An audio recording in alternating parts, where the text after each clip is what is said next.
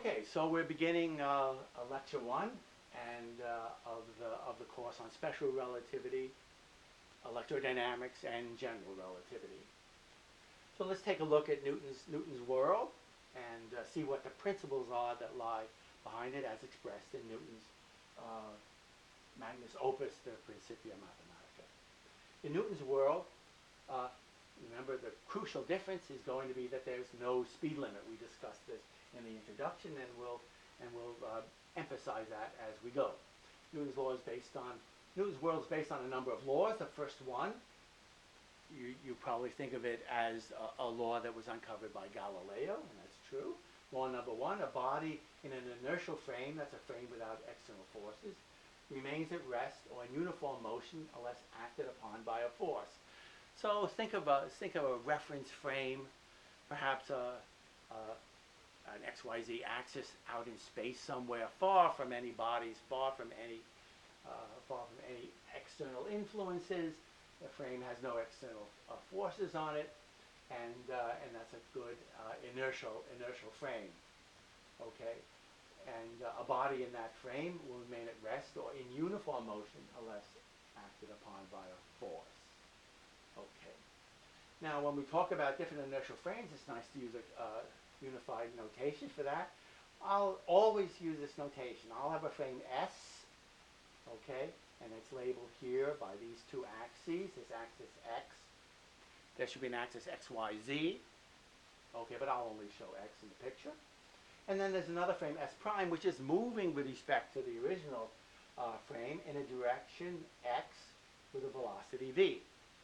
Okay, so if I have a frame in this room and another one moving by at a velocity v, I'll call that velocity v to be the x-axis, and then it'll be compatible with this little picture here.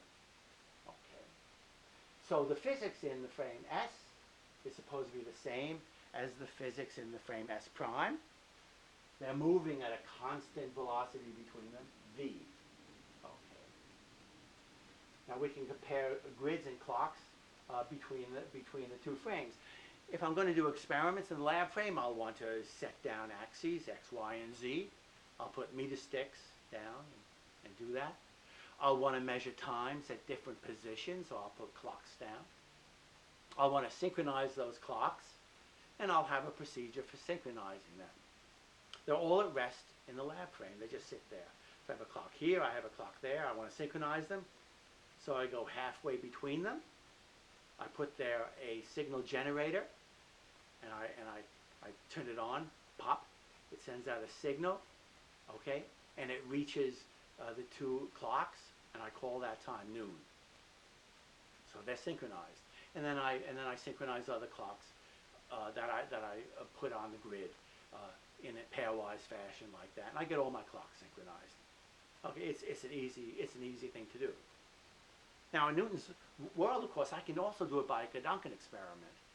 I don't have a practical way for doing this, but my synchronization process has to be compatible with any kind of mechanics that is consistent with the laws of Newton's world.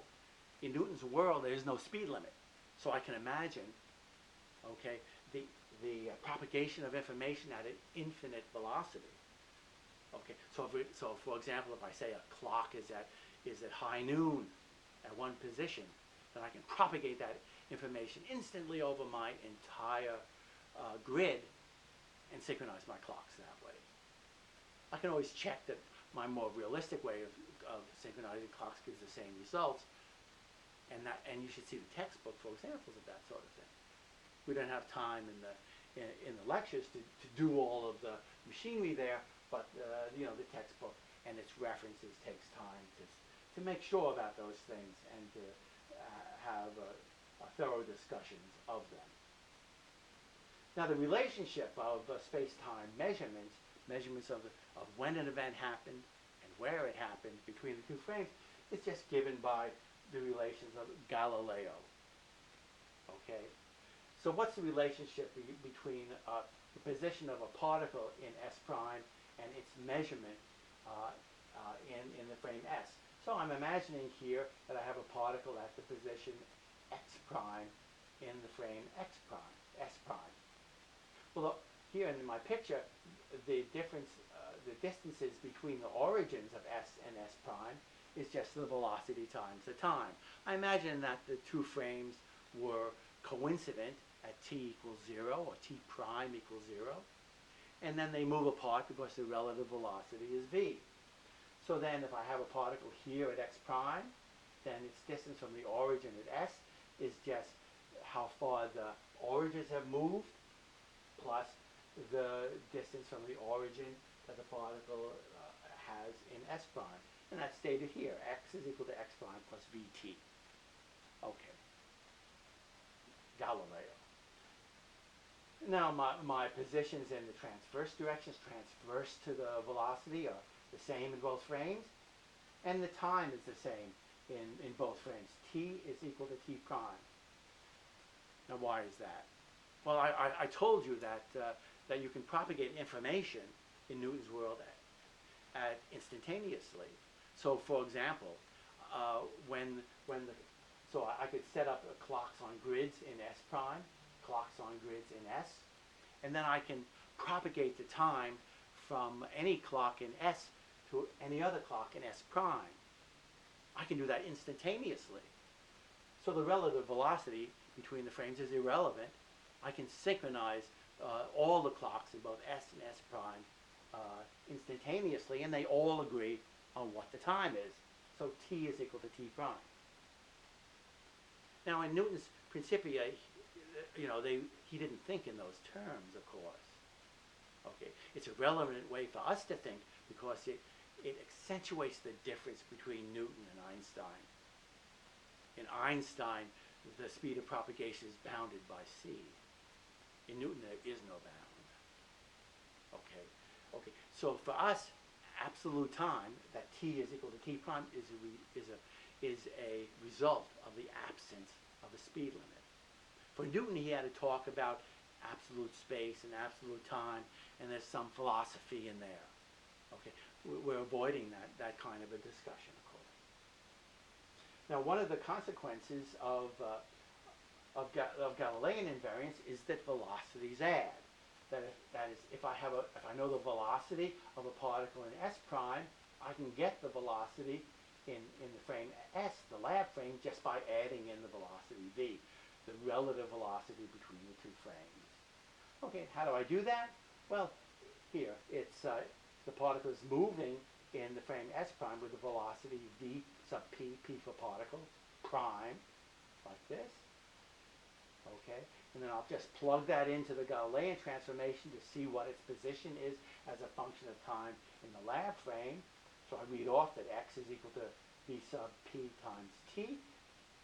Okay, with the identification that vp is the velocity in the frame s prime plus v. I'm just substituting it in here. You see, x prime is v prime plus, times t prime, and x is v times t. The t's cancel everywhere because t is equal to t prime in both frames, and so I see the velocities add. Not a big surprise. You've used that all the time. We're very familiar with it. Okay, we're very familiar with it. We're comfortable with it. It's wrong. Okay, it's not going to be true in Einstein's world because, look, it says velocities add. If that was the case, then there could be no speed limit. Okay, so we're going to look forward to obtaining a modified law of addition of velocities which has a speed limit in it. It's going to be interesting to see how that works out. Okay.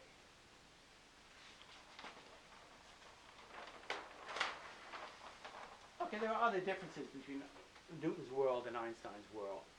One of them consists of an experiment you've done in the lab, I'm sure, and you've studied in mechanics. You have a rigid rod in Newton's world, and you bring in a particle and bop it at one end. And then you want to know what's the final state. What's the final state of motion of that rigid rod? Rigid rod means that it has no flexibility about it. It's like a piece of steel in some idealized sense. I've indicated here a center of mass, Cm. In all of my discussion, Cm will be center of momentum or center of mass. The context will tell us what it is. So in Newton's world, you bop this rod, and it picks up some momentum. It picks up some angular momentum, okay? And you have conservation of linear momentum in this direction. That means that the center of mass will move off at a velocity which is dictated by the conservation of momentum. And there'll be some rotation of the rod around the center of mass dictated by the amount of angular momentum that this particle brings in relative to the center of mass. Okay. Now, the point is, that's a very easy problem in Newton's world. In Einstein's world, it's a little bit tough. Okay, because now you have a collision up here. Okay, in Newton's world, the fact that there was a collision up there is instantaneously propagated throughout the rod, so that instantaneously the center of mass moves at the right velocity to conserve momentum. Well, in Einstein's world, it'll take time for that information to propagate down here. Okay, and so since that's the case, it can't be that a rigid rod exists. You'll have a distortion up here, but you can't have one down here because that would violate causality. And the interaction up here is a local one. So that you see the ideas of causality and locality are coming right back to us that we promised in the introduction, and they're going to lead to a new description for these dynamical processes. It's clear that when we have this collision up here, we'll make a distortion of the rod, and that information will flow down the rod and eventually get to the center of mass and get out through the entire rod. And it isn't until that happens that we can expect to have Newton's conservation laws to be true. So the Newton's conservation laws you see are going to be modified. Let's just say modified for that duration of time for which it takes signals to get from one end to the other. It doesn't mean that they're wrong. It just means something new is happening. And what might that new thing be? It's clear that that information flows from here to here, so there's a distortion of the rod, a wave of some kind, a sound wave of some kind of density propagation from here to here. So a new dynamical degree of freedom enters the dynamics. It has to be there because we have a finite speed limit. It didn't have to be there in Newton's laws, because in Newton's laws this was not dynamic. The rod is not dynamical at all. It's just a constrained object. Okay, it doesn't move. Information can flow through it instantaneously. But for Einstein, we see that this looks like a two-body problem, or maybe there's more to it, because there's got to be a wave that propagates from here to here to take the information down the rod. And it looks like it's got to carry, information's got to carry energy and momentum. Maybe angular momentum as well. So as we go further in the course, we'll flesh out all that. We'll see that electromagnetic fields in particular carry energy, momentum, and angular momentum, and it's forced upon them by the existence of a speed limit. Okay, well, back to Newton's world, which is a fabulous place. It changed all of science, led to the great predictions of astronomers. In Newton's world, you remember the idea of a potential.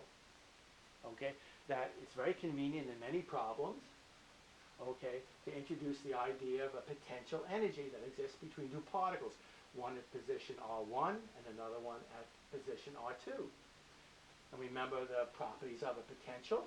From the potential, you can derive the force between the two particles. In particular, minus the gradient of the potential, gradient with respect to the position of the first particle, is the force that particle 2 exerts on particle 1. And then similarly for particle 2, minus the gradient of the potential with respect to the second variable is the force that particle 1 exerts on particle 2. Okay, and that's how we do celestial mechanics. We know the potential energy between the Earth and the Moon. Okay, it's a 1 over r potential. we make the force by taking a derivative. It's the 1 over r squared force. And we do celestial mechanics. We predict the shapes of orbits. We predict Kepler's laws. Okay. But we see from this formulation that particle 1, quote, knows the position of particle 2 instantaneously. Right? There's no time in all of this. Particle 1 knows where particle 2 is, even if it's very far away. That's okay in Newton's world. Information travels instantaneously. It's referred to as action at a distance. A rather mysterious and abstract thought, but it's the one that led to the many predictions of astronomical observations, and those successes, of course, was what made Newton hold tight and develop those ideas. In particular, it's Newton's second law of dynamics, that if a mass m is acted on by a force F, then it accelerates, and the rule of acceleration is F equals ma. Okay, force equation that we all learn at a very early age. For us, it's a little bit better to write it in this way: that force is the time rate of change of the momentum, and the momentum is mass times velocity. You see, taking the time derivative of this quantity, in the case that the mass is a constant, the t by dt hits the velocity, the time rate of change of velocity is acceleration, and that's Newton's second law. I can derive the force knowing the potential. It gives me the acceleration, okay, and then having some initial conditions where the particle is and what its velocity is at time t equals 0. I can tell you where it's going to be in the future.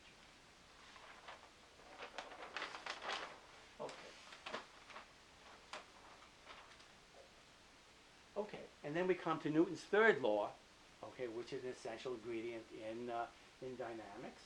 It says that when a particle exerts a force on the second particle, the second exerts an equal and opposite force on the first. So we all know this from collisions, right? You have a collision, and my right hand hits my left hand, exerts a force on it, and the left hand hits the right hand with a force which is equal and opposite. And that's quite easy to understand and compelling. But remember, Newton takes it much further. He says that those particles don't have to physically hit one another. They can be separated by large distances, as in the previous poster, okay, but action-reaction still holds. So for example, I have the Earth here, I have the Moon out here. They're 239 miles apart, but at any particular moment, the force that the Earth pulls on the Moon is the same as the force that the Moon pulls on the Earth. Okay, those forces, of course, are at widely separated distances, 239,000 miles apart. Okay, but it's critical that they are equal and opposite. Why is it critical? Because it leads to momentum conservation. Okay, consequence of Newton's third is momentum conservation. You look at the equation of motion for particle 1, the equation of motion for particle 2, you add them up. You get that the total time derivative of the total momentum is equal to the sum of the two forces. Well, if action is equal to reaction, the sum of the two forces is 0, and the time rate of change of momentum is 0. So the total momentum is 0. The total momentum is constant, I mean to say. If it was 0 initially, that's the center of mass frame, it'll stay 0 forever. I point out here's a non-local conservation law. It's critical to Newtonian mechanics. Okay, as you know from the example of the Earth and the Moon, or any other example that you might have in mind, you know how important that is. Okay, and also we know since a non-local conservation law, which really for its conceptual basis depends upon the absence of a speed limit, instantaneous propagation of information, it's going to fail in relativity. Okay. The non-local conservation law will fail. It's going to be replaced by something else. Okay, forces, as I promised, forces uh, are going to be generalized into fields, and we're going to, of course, again have total momentum conservation. I mean, that's a pillar of mechanics, a pillar of the real world. It'll be true in relativity, but how it comes about and how you add up the momenta in the world will be rather different than in Newton's world. So that's something we should look forward to. We can understand the Newton's case. We can appreciate how important it is in celestial mechanics. Just anticipate that there's some correction to be done when we get to relativity. Okay, now for the last point we'll do here today. That's the last point. I want to just take a trivial example, okay, to show you that Newton's action at a distance is incompatible with the existence of magnetism. Okay, but before I do that, let's not have any misunderstandings here. Some people get confused at this point. It's just what I'm saying. Okay. We all learn in freshman physics, maybe sophomore physics as well, that we can do experiments in electricity and magnetism in the lab frame, and we learn about Ampere's law, the fact that wires carrying current generate magnetic fields, and we know how to calculate the magnetic field. There's a snazzy formula for that. Okay, the line integral of the magnetic field around the wires is proportional to the amount of current that flows through the wire. Okay, so this might be the wire, and I might imagine a circuit around it. I calculate the magnetic field integral around it, the line integral of the B field around it. A current I might be passing through here, and the line integral of the magnetic field is proportional to the amount of current that flows through there. That's Ampere's law. It allows us to calculate magnetic fields in many geometries.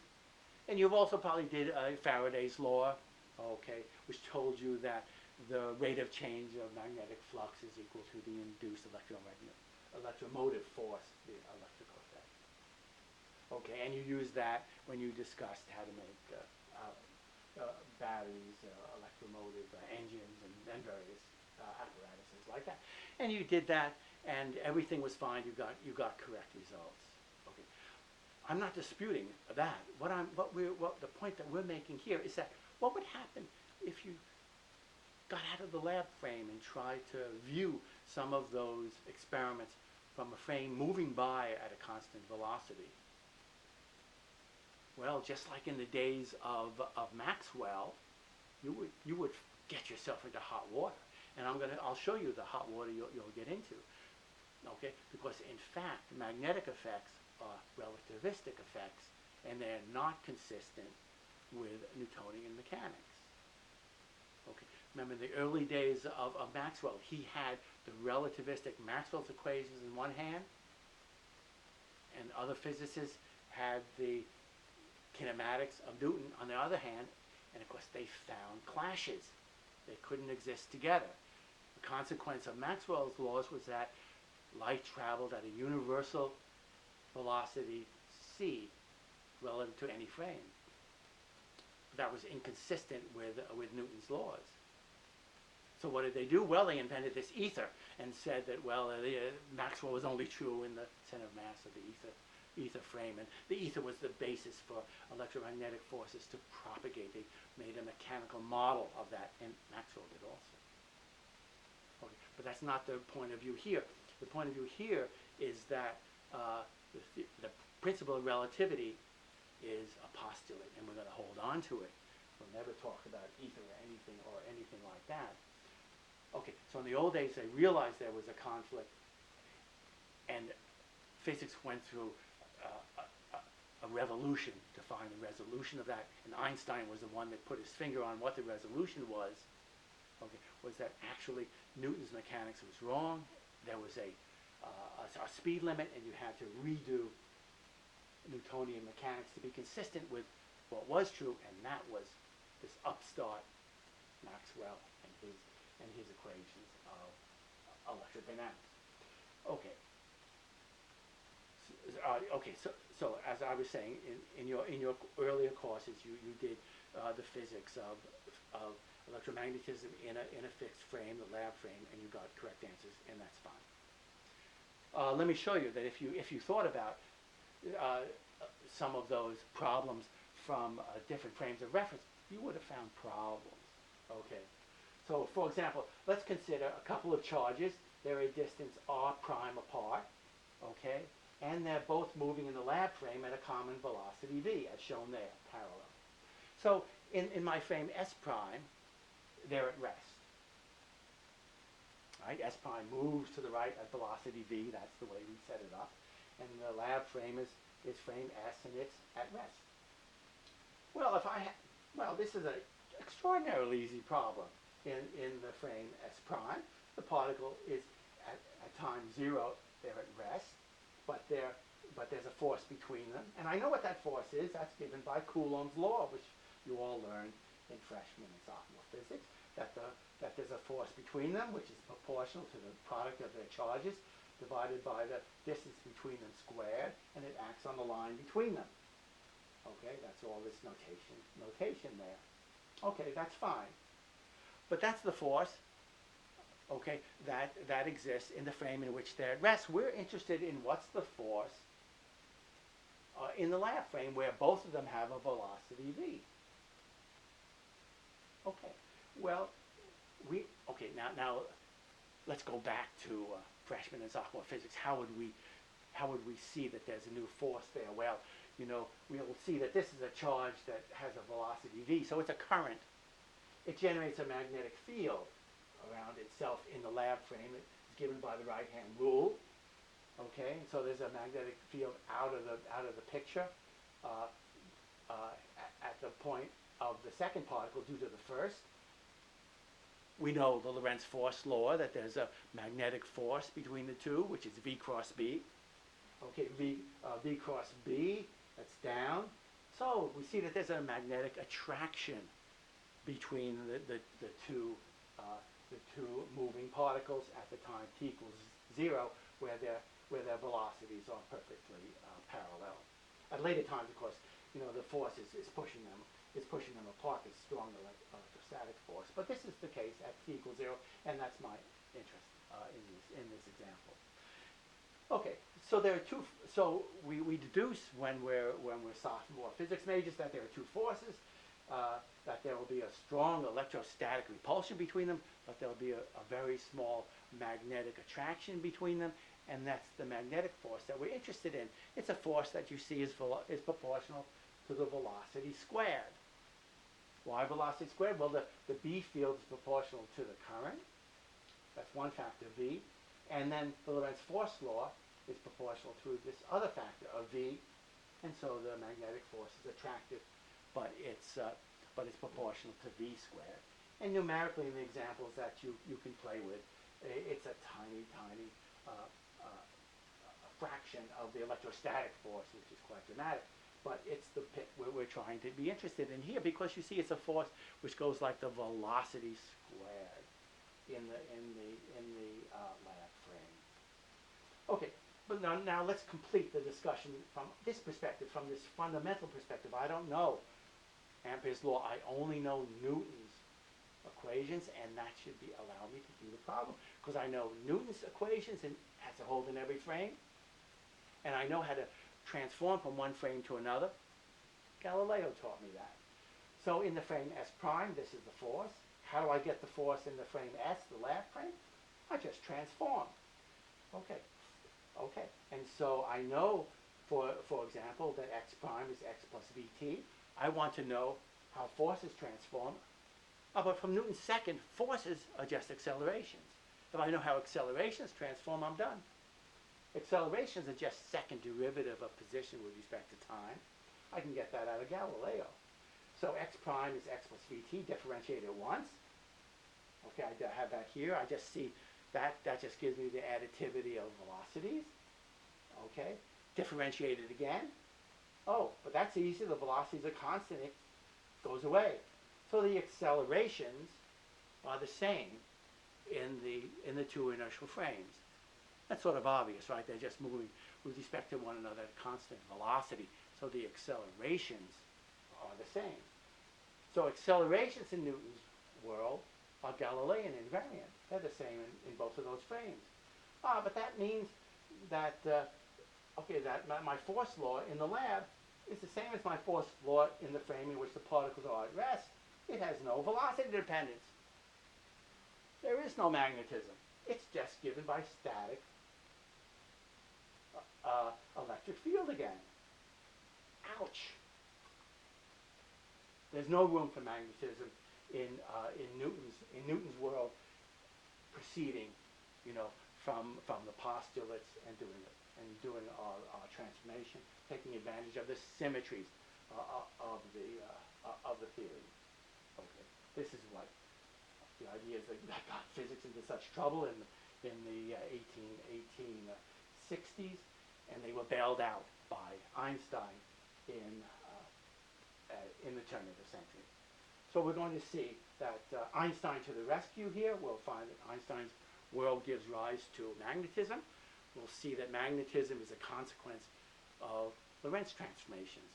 In some examples, it will be consequence of time dilation. In other cases, it'll be a consequence of Lorentz contraction. But it's always a consequence of the transformation between one inertial frame and another. It's utterly startling if you are brought up in Newton's world, because the fact that forces are